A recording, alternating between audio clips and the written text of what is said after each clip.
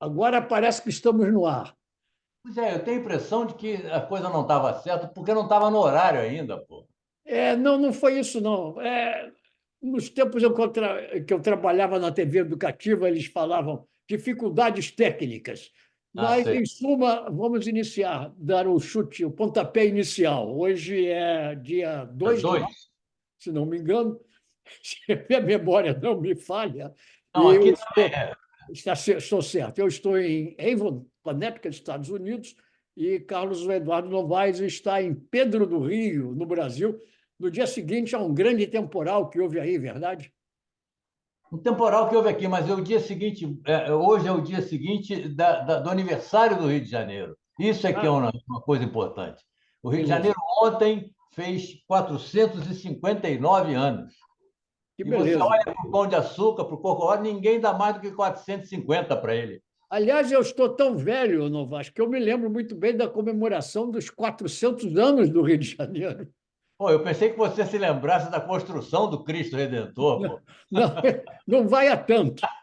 Mas quais são as novidades? Vamos começar pelo terreno esportivo. O nosso querido novo técnico da seleção brasileira convocou jogadores para duas partidas agora, no dia 23, se não me engano, contra a É, Inglaterra e no dia 26 contra a Espanha. isso, Inglaterra e Espanha, Dorival exatamente. Júnior, não é isso?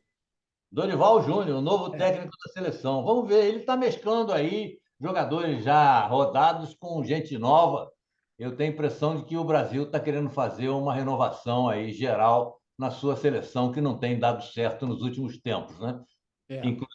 Inclusive nas eliminatórias da Copa do Mundo, que se encontra em sexto lugar. A um ponto de ser desclassificado, ou ter que disputar com Papua, da Nova Guiné, ou coisa semelhante da Oceania, uma vaga para a É próxima Copa do Mundo, né? É verdade, corre o risco. Pois é. É. Mas a grande alegria aqui, quem proporcionou foi o Fluminense. Mais do que o Fluminense, dentro do Fluminense, foi o John Arias, aquele colombiano baixinho, de 1,70 m, que fez os dois gols do Fluminense e É, que tornou o Fluminense campeão da Supercopa. Ou da... o Fluminense se recuperando do desastre anterior contra esse mesmo time, não é isso? Isso, duas vezes. Duas vezes o Fluminense levou uma rasteira da LDU, do time equatoriano. Exatamente. Isso lá atrás, no passado. Mas Eu o vou desejar sucesso aí ao Dorival Júnior, que, aliás, ele está precisando muito, e o Brasil também, né? Claro, claro. Porque nos últimos tempos a seleção brasileira tem sido uma verdadeira catástrofe, infelizmente. Então, e esse ano é um ano muito importante, porque nós vamos ter a Copa América nos Estados Unidos daqui a pouco, né? Em junho, vamos ter a Copa América nos É. Estados Unidos, continuam as eliminatórias da Copa do Mundo. No ano que vem, vamos ter o Campeonato Mundial de Clubes também nos Estados Unidos, e depois, no ano seguinte, a Copa do Mundo Bom, também nos Estados Unidos. Messi já é. está por aqui. Ainda outro dia, veja só, aqui no ginásio onde eu vou, no LA Fitness, estava lá um cidadão com um bonezinho escrito Messi, isso aqui é do estado de Connecticut. O Messi está lá longe na Flórida, jogando lá na Califórnia, partida lá pelo seu time, lá o Miami, Inter Miami, e você vê até em Connecticut tem gente usando o bonezinho do Messi. Olha, se você prestar bastante atenção, você vai encontrar até em Papua Nova Guiné o bonezinho do Messi. Hoje não É, tem mais distâncias, Zé Inácio. e você vai Você vem encontrar de longe. E você vai, e você vai Fala. encontrar até na Arábia Saudita os Ah, é. árabes provocando o Cristiano Ronaldo, gritando Messi, levando o Cristiano Ronaldo a mais uma vez na vida fazer gestos obscenos para o público. É verdade, é verdade, é verdade. Mas olha aqui, outro dia publicaram, saindo aí desse papo da seleção brasileira, que agora a gente vai aguardar para ver o que vai acontecer. Outro dia saiu uma matéria aqui dizendo que o artilheiro do futebol planetário até agora é um uruguaio chamado Cauteruccio, que tem uma média de 2,4 gols por partida. Ele Jogando já contra quem? ele é do Sporting Cristal do Peru. Certo, E ele fez 17 gols em 7 partidas. Não, eu estou comentando isso pelo seguinte: ele é uruguaio. Eu certo. acabei de ver um jogo do Liverpool aqui contra o Nottingham Forest. Seu time, né? Seu time na Inglaterra, o Meu time Liverpool. na Inglaterra, e que o Darwin Núñez, que é You'll never walk alone. You Never Walk Alone. Nunca vai caminhar sozinho. Never, never, never alone. Ah, E o Darwin Núñez, que é um jogador uruguaio, é. marcou a vitória do Liverpool aos 53 minutos do segundo tempo. O que eu quero dizer é o seguinte: eu acho que há uma fábrica, eu acho que no Uruguai, o cara, ao invés de fazer o serviço militar, ele vai ver se vai treinar jogo de futebol, porque não é possível um país com 3 milhões de habitantes, que tem, só no Flamengo tem 4 uruguaios. É uma coisa impressionante. Não, a produção uruguaia em matéria de futebol é uma coisa incrível. Você tem Incrível, é toda uma razão. Um país mínimo como aquele, né? E, aliás, nós temos que voltar aos 3 tempos da milhões de monarquia habitantes. e lamentar que tivessem deixado a província cisplatina, né, se É, tornar independente, senão não teríamos perdido a Copa do Mundo de 1950. Foi uma falha que a gente pode atribuir ao Dom Pedro I. claro, eu responsabilizo o Dom Pedro por essa perda e por ter perdido a Copa de 50. Mas eu fico Exatamente. impressionado porque o Uruguai tem 3 milhões de habitantes. É, É metade do Rio de Janeiro. É um é, pouco mais do que Copacabana, talvez, junto com é. Ipanema e É Leblon. incrível. E Parabéns ao Uruguai. é uma produção interminável. E esse cara é o maior artilheiro hoje do planeta. E tem mais. O brasileiro que está mais próximo de ser dos maiores artilheiros desse ano é um uruguaio também. Se chama Gonzalo Mastriani, joga no Atlético Paranaense. É, e, Também é sem, uruguaio. e sem mencionar que o maior ídolo do Flamengo é outro uruguaio, o Arrascaeta, né? Claro, claro, claro. O meio de campo, aliás, do Flamengo é todo estrangeiro. São 2 uruguaios e um chileno. É o Arrascaeta, esse que chegou agora, esse uruguaio lá, afro-uruguaio, Ah, afrodescendente, como é o nome dele? E mais um chileno lá. São três estrangeiros. Quer dizer, o Brasil é. está com carência aí de meio de campo. Por falar em afro-uruguaio, tivemos já o Obdúlio Varela, né? É o negro capitão, Claro, claro, capitão é o claro. negro Obdúlio Varela, que intimidou o Brasil naquela final da Copa do Mundo de 1950. Agora, me diga o seguinte, em matéria de política, quais são as novidades? Porque aqui nos Estados Unidos nós temos novidades, mas diga aí quais são as novidades Não, brasileiras. não, conte você as novidades, porque você falou pouco hoje. Quantas novidades aí nos Olha, Estados Unidos? nessa próxima terça-feira, hoje é sábado, vamos ter o É, Super Tuesday, um super true, número enorme de primárias nos Estados é Unidos e cada verdade. vez mais está evidente que as primárias republicanas vão mesmo indicar o Donald Trump. A Nikki Haley está lá correndo por fora, fazendo o seu papel de resistir bravamente à Fazendo o Trump sangrar, avalanche né? do Donald Trump, mas não é claro que o Donald Trump vai ser indicado. E do lado democrata, nós temos o nosso caro Joe Biden, que cada vez se complica mais. Ainda nos últimos dias, ontem, se não me engano, ele fez um pronunciamento dizendo sobre a questão lá do que se passa em Gaza e dizendo que ia mandar ajuda, porque a situação lá em Gaza está muito séria, né? E ele, então, tinha prometido fazer uma para melhorar um pouco a sua situação junto ao eleitorado, porque a opinião pública nos Estados Unidos crescentemente está contra o que Israel está fazendo em Gaza. Então, o Joe Biden, para melhorar um pouco a sua situação, disse que ia ajudar o pessoal lá de Gaza. Só que, em vez de falar Gaza, ele falou Ucrânia, 2 vezes. Então, 2 vezes, o Joe Biden disse que ia mandar alimentos para a Ucrânia. Quer dizer, as pessoas aqui não acreditam mais no Joe Biden. O Joe Biden anda assim, ó, os passinhos dele assim, não dá mais. E o homem insiste em ser candidato. Ainda no domingo passado, Novaes, para mostrar a você como é que a situação está aqui nos Estados Unidos, um ex-militar americano imolou-se perante a embaixada de Israel em Washington, ateou fogo às vestes, aquela velha expressão, né? Que, aliás, tivemos muito isso no tempo da Guerra do Vietnã, né? Os monges É budistas verdade, é verdade. imolando. Esse cidadão, um cidadão americano, como protesto contra o que acontece em Gaza, tocou fogo nas próprias roupas e morreu.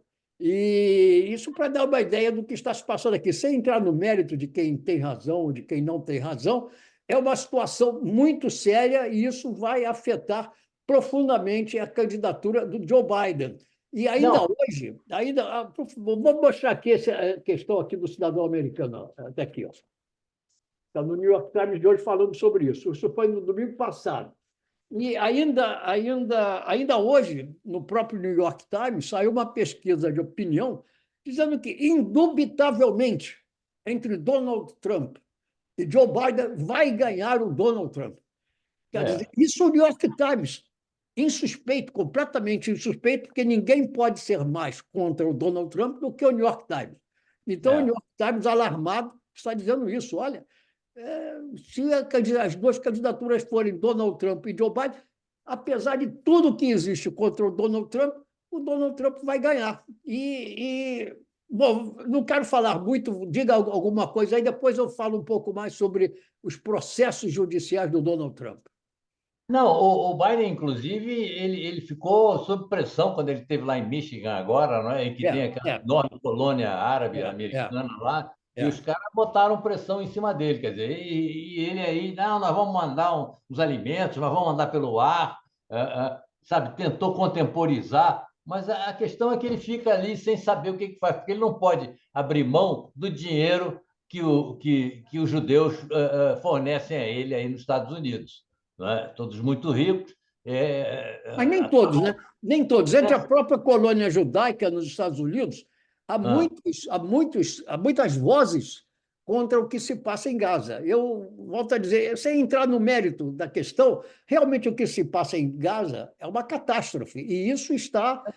E por isso é que o Joe Biden fez essa promessa de mandar ajuda a Gaza, ajuda alimentar a Gaza, só que ele se atrapalhou e falou duas vezes Ucrânia. E ele agora também está anunciando que Israel, aparentemente, segundo ele, concordou com um cessar-fogo. Então, vamos ver. E amanhã, domingo, a vice-presidente dos Estados Unidos, a Kamala Harris, vai ter um encontro, uma reunião com o ministro da Defesa de Israel, que vem a Washington, provavelmente para insistir na necessidade de um cessar-fogo em Gaza. Vamos ver o que vai acontecer. Não, porque essa última ação aí de Israel lá em Gaza, lá metralhando lá aqueles caras que estavam correndo atrás de comida, foi brabo isso. Isso aí, a Europa toda aí se colocou crítica ao comportamento de Israel, que tenta tirar o dele da reta. Não, eles atiraram porque foram ameaçados. Os caras já estão morrendo de fome, estão querendo comida, vão ameaçar os soldados de Israel. Porra, história da carochinha, nada mais. A história é complicada. Agora, falando dos processos judiciais do Donald Trump, eu também estou muito pessimista, porque o Supremo Tribunal É conservador, pô. o Supremo Tribunal, dominado por conservadores, né? Eles têm 6 ministros conservadores, Suprema Corte, que aqui se chama nos Estados Unidos, a Suprema Corte. Lá são 9 só. Dominada por conservadores, tem 6 conservadores contra 3 liberais, fez agora um grande favor ao Donald Trump, porque resolveu discutir se ele tem ou não tem imunidade. Porque o Tribunal de Apelação já tinha dito que o Donald Trump não tem imunidade. Então, bastava a Suprema Corte se negar a entrar no assunto e mandar seguir o processo. Mas, com a maioria de conservadores, sobretudo gente como o Clarence Thomas, eles resolveram dar um jeitinho para lá e arranjaram o negócio de tal maneira que vão entrar na discussão do assunto, marcaram o início das manifestações orais, da apresentação das razões orais para o mês de abril, e, na melhor das hipóteses, eles vão decidir apenas lá por meados de junho. Então, ou talvez mais tarde. E talvez isso vai levando aqui cada vez mais se aproxime a eleição, e se eles não tiverem resolvido o assunto, além dos outros processos judiciais, antes da eleição, o Donald Trump, como tudo indica, for eleito, ele vai simplesmente parar com os processos, ou vai, se tiver sido condenado anteriormente, vai se perdoar. Ele vai usar do direito de perdão do presidente para perdoar a si mesmo. Bom, temos então este caso. temos o caso lá na Flórida, em que a juíza também nomeada. Peraí, que tu já falou demais. Agora deixa eu Então falar. tá, fala aí um pouco. Inclusive, você está vindo aqui para o Brasil e nós já ultrapassamos a média, a linha do mais de 1 milhão de, de pessoas com dengue. 1 milhão. O Aedes aegypti tá dominando os serviços aqui no Brasil. Já tem mais de 1 milhão de pessoas aí que estão infectadas. E aí, para variar, quer dizer, além da Covid e do. Isso aí não é para você cancelar a sua viagem, não. Mas além da Covid e, e da dengue, agora surgiu uma tal de febre oropouche. Já ouviu falar? Não, Febre oropouche. É uma febre que está agraçando na Amazônia. E aqui no Rio de Janeiro já morreu um cara com essa febre. O cara mora, inclusive, no Maitá. Eu espero que não seja meu vizinho lá no Maitá, porque eu moro no Maitá, no Rio de Janeiro. O é. cara tem 42 anos e mora no Maitá. Quer dizer, nós estamos cercados aqui pela dengue, pela Covid, pela chikungunya, que também está se mostrando muito mais agressiva do que parecia no início, e agora por essa febre europosto, que também é transmitida por mosquitos, por um pernilongo e por um outro, por maruim. Já ouviu falar em maruim? É um tipo de Não. mosquito também. Muito comum aqui no Brasil. É um mosquitinho mínimo que morde, que coça, é desagradável pra caramba. E eles transmitem essa tal dessa febre oropouche. Não me pergunte por que se chama oropouche, eu não tenho a menor ideia. Mas sei que é mais um cerco que se estabelece em torno do país aqui, com essas febres todas aí. Olha, isso me lembra um assunto um pouco assim, paralelo, que eu recentemente li sobre a necessidade que vem de décadas, né, de despoluição da Baía de Guanabara, né? Quer dizer, tudo isso mais ou menos está ligado, porque a questão de saúde pública, esgotos que não funcionam, e no Brasil, no Rio de Janeiro, um dos grandes problemas é justamente o despejo de esgotos na Baía de Guanabara. Você tem Dizem agora que dentro de, sei lá, 10 anos, a Baía de Guanabara estará despoluída. Eu me lembro que prometeram isso para as Olimpíadas de 2016, nós estamos agora Não, em 2024. antes disso, Não, antes disso, é claro. uma história nebulosa que nunca foi esclarecida, porque o Brizola, quando era governador, mandou o Roberto Dávila pegar o dinheiro no Japão para despoluir a Bahia. E esse dinheiro nunca apareceu. Mandou quem? O Roberto Dávila, aquele Ah, jornalista Roberto Dávila. que era do. Eu me lembro disso, havia um contrato com os japoneses. Pois é, e foi ele quem foi buscar e nunca mais se falou nisso. Quer dizer, eu não sei se os japoneses, afinal, não deram dinheiro, eu não sei se o Roberto Dávila jogou o dinheiro todo dentro da Bahia, eu não sei exatamente o que aconteceu, mas desde essa época que se fala em despoluir a Bahia, em despoluir a Bahia, mas você sabe como é que é esse país, né, porra? Tem mais de 1.000 obras aí que estão abandonadas, estão jogadas pela metade. Agora, a grande novidade é que parece que um consórcio aí de chineses com os donos da Gol, da companhia aérea, formaram um consórcio e vão construir um trem, desses trens ultra-rápidos que liga São Paulo, a capital, a Campinas. Trem-bala. É mais ou menos isso. Não sei se vai Trem-bala. ter É outra coisa carro. que também volta e meia se fala no Brasil e não acontece, né? Eu me lembro que havia um projeto unindo Campinas, São Paulo e Rio de Janeiro, também ficou para lá. Agora, Novaes, por falar em japoneses, eu li outro dia, ontem, né, que um japonês comemorou o seu 100º aniversário em São Paulo e ele é sobrevivente de Hiroshima, da bomba atômica de Hiroshima, e que há 2 outros japoneses sobreviventes de Hiroshima também morando no Brasil. Olha só. É, É incrível, eu não sabia disso aí, eu, é. eu, eu não vi no 100 anos, estado. o japonês com 100 anos, É. tinha 21 anos na guerra e sobreviveu à bomba atômica e está no Brasil. Os japoneses vivem muito, né? Vou te É. contar uma história, a gente tem tempo para te contar uma Tem, história? tem, tem, tem. Depois eu falo rapidamente no caso dos processos do tempo, mas conta Porque a só. gente está falando de Japão, eu estou me lembrando de uma história que a Irene Havashi me contou, que ela morava em São Paulo, em frente a uma mercearia de uma família de japoneses. E Quem ela contou sempre, isso? a Irene Havashi, aquela Ah, atriz, sei, sei. e ela era sempre atendida pelo dono da mercearia, que era um japonês. Um dia ela chegou lá, ele não estava e foi atendido pela mulher. E aí, muito simpática, a Irene perguntou o nome dela, e ela disse, Charaçua. Ah. A Irene chegou e disse, então, dona Charaçua, eu queria comprar. Não, não, não, não, Charaçua, Irene. Aí corta. É. Algum tempo depois, ela foi fazer uma cirurgia, já estava na sala de cirurgia, deitada ali na mesa, e entrou um anestesista, efeições orientais, japonês. Aí ela se apresentou, ela deitada, se apresentou ao cara e perguntou o nome dele. Disse, mas o senhor, e lembrando da história da Charaçu, disse, mas o senhor fala devagar, por favor, hein?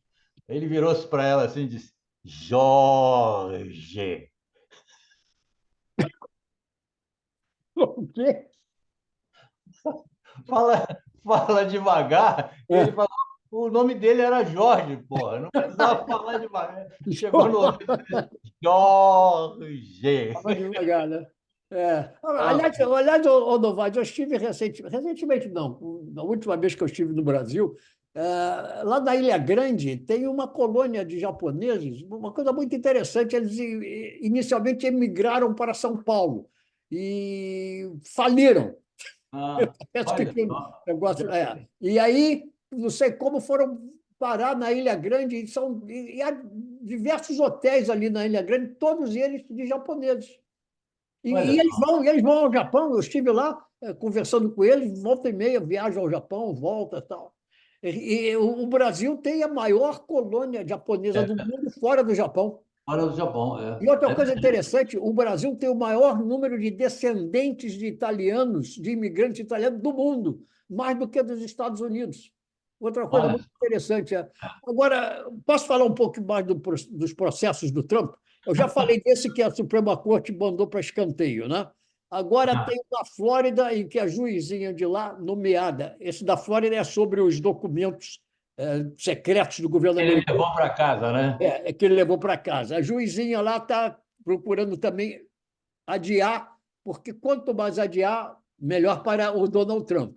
Temos um caso na Geórgia em que, dentro de 2 semanas, o juiz prometeu se aquela promotora pode continuar processando o Trump por tentar fraudar a eleição na Flórida, na Geórgia ou não.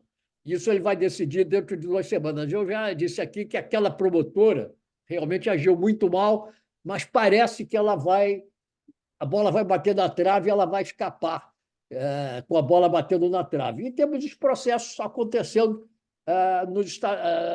em Nova York, né? O daquela escritora que ele tentou estuprar, e o da sua fraude na sua empresa tal. Mas quanto mais isso for sendo levado adiante e não acontecer um julgamento antes da eleição, maiores as possibilidades do Trump ganhar a eleição, perdoar a si mesmo ou mandar parar com esses processos. E você outro dia falava dessa no Brasil e no resto do mundo, né, da presunção de inocência, né, que isso É, aí é uma coisa que vem desde os tempos romanos, de direito romano, in dubio pro réu. Na sem dúvida, dúvida, pro você réu. sempre é a favor do réu. É preciso que você prove realmente a culpa. Tanto que nos Estados Unidos eles não declaram que o réu é inocente quando eles absolvem o réu. Eles declaram que o réu é não culpado. Há uma diferença entre você É. ser inocente, em que ficou claramente estabelecido que você não teve nada a ver com o crime,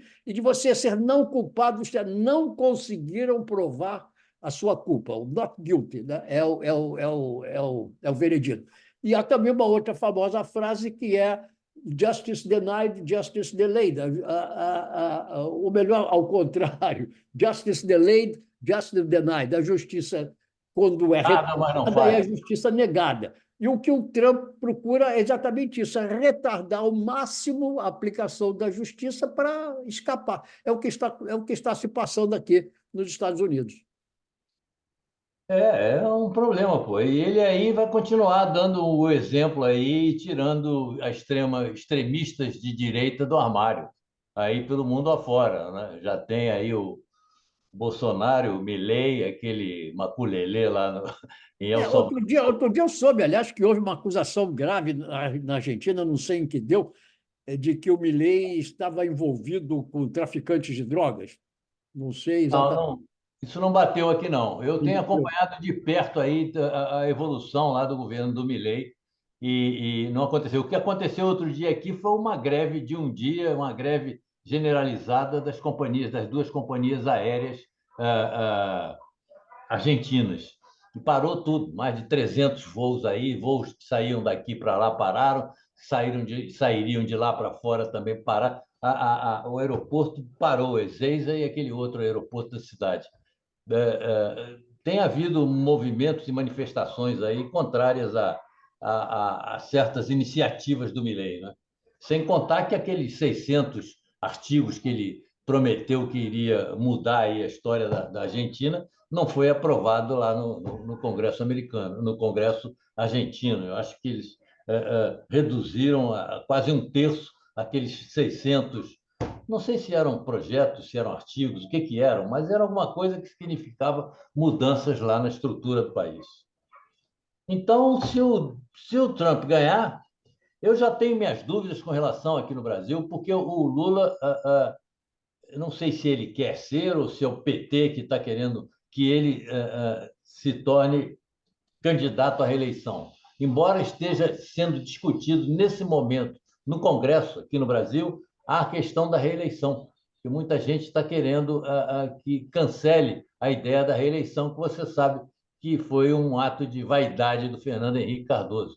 A vaidade, o ego do Fernando Henrique não cabia em 4 anos de governo, e aí criou esse repique para poder ser reeleito. E parece que há uma resistência grande aqui.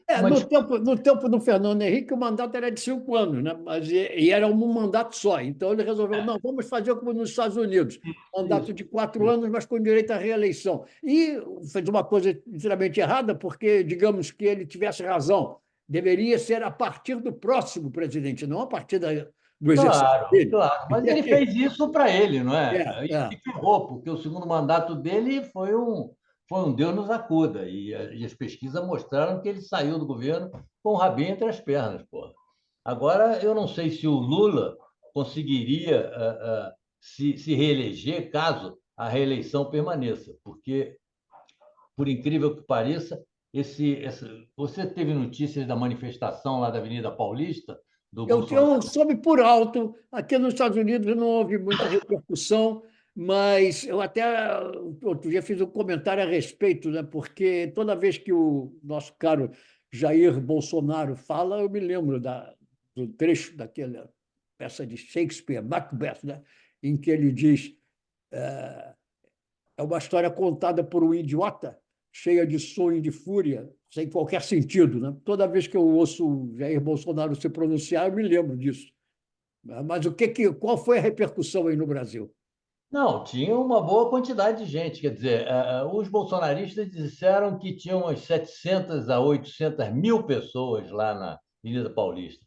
Mas há uma pesquisa da USP, da Universidade de São Paulo, e parece que a Polícia Militar também, disse que tinham 180, 185 mil. De qualquer maneira, foi uma grande quantidade. Os jornais aqui noticiaram e as pessoas tiveram. Aí até o Lula mesmo deu uma declaração reconhecendo que foi uma manifestação muito grande.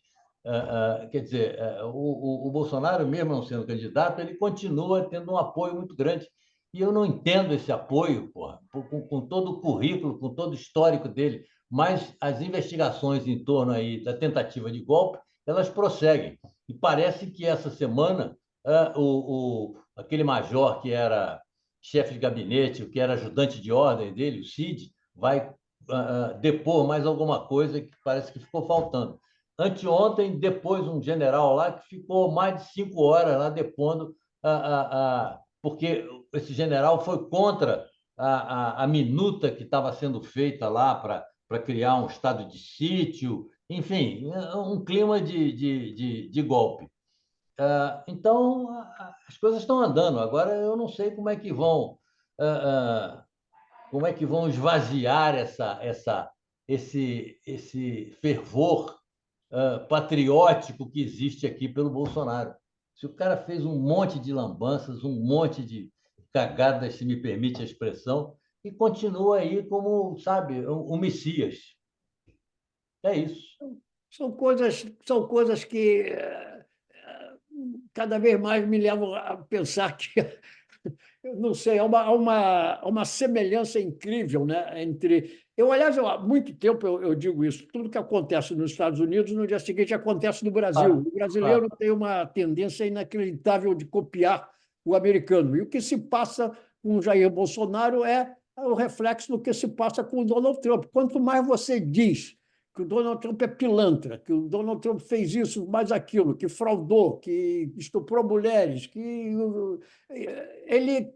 Não adianta você dizer isso, porque o cidadão que é trumpista não dá a menor bola e acha que tudo isso é mentira. Aquela famosa frase do Donald Trump, isso quando ele era candidato em 2016: se eu matar uma pessoa na Quinta Avenida em Nova York, não vou perder nenhum voto. E realmente não adianta você dizer, olha, ele matou ali um sujeito ali na esquina.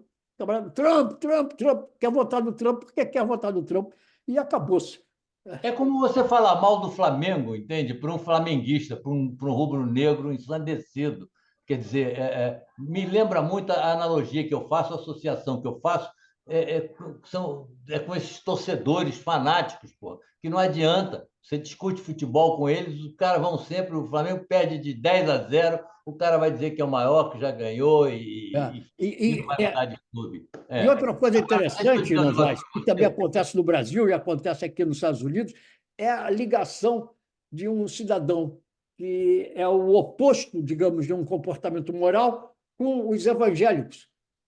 A força Claro, do Donald Trump está junto aos evangélicos. Então, é uma coisa incompreensível.